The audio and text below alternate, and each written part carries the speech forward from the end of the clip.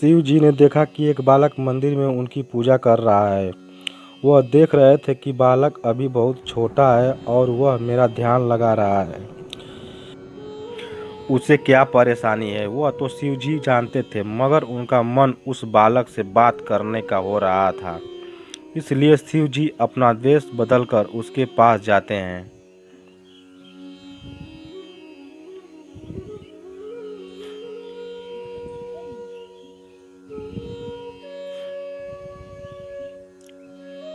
वह बालक उनका ध्यान कर रहा था, तभी शिव जी ने उसे आवाज़ लगाई थी। वह बालक देखता है कि एक साधु जी पीछे खड़े हैं। वह साधु जी कहते हैं कि तुम मुझे बुला रहे हो। बालक कहता है कि मैं तो शिव जी को बुला रहा था, मगर वह अभी तक नहीं आए हैं। यह सुनकर साधु जी कहते हैं कि तुम्हें क्या परेशानी है। वह बालक कहता है कि मेरी माता की तबीयत बहुत खराब है।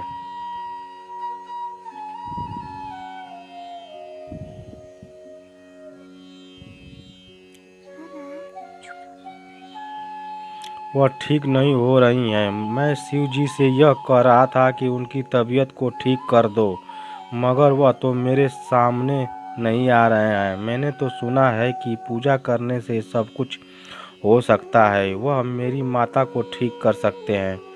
उस बालक की बातें सुनकर शिव जी प्रसन्न होते हैं, क्योंकि उन्हें पता है कि वह बालक सच कह रहा है।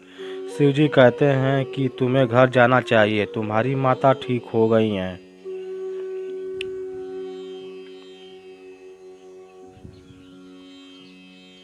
यह सुनकर बालक खुश हो जाता है। वह कहता है कि शिव जी ने मेरी माता को ठीक कर दिया है। वह बालक घर चला जाता है। जब वह घर जाता है तो माता ठीक हो गई थी। यह देखकर वह खुश हो जाता है।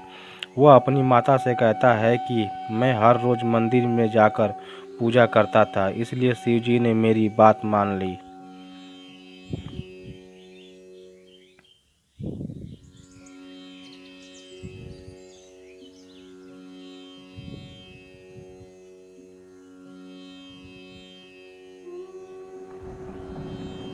यह सुनकर माता कहती हैं कि भगवान सभी बच्चों की बातें आराम से सुनते हैं, उनकी मनोकामना पूरी करते हैं, इसलिए मेरी तबीयत ठीक हो गई है।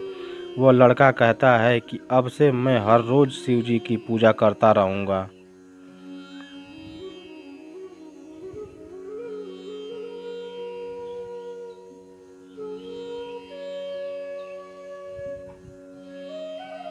यह सुनकर माता खुश हो जाती है। शिव जी भी उनकी बातें सुनते हैं, वह भी प्रसन्न हो जाते हैं। उसके बाद उस जगह से चले जाते हैं।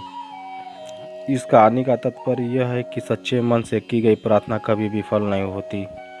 दोस्तों, कहानी अगर ये अच्छा लगे तो अपने आगे सभी ग्रुपों में शेयर कर दीजिएगा। धन्यवाद।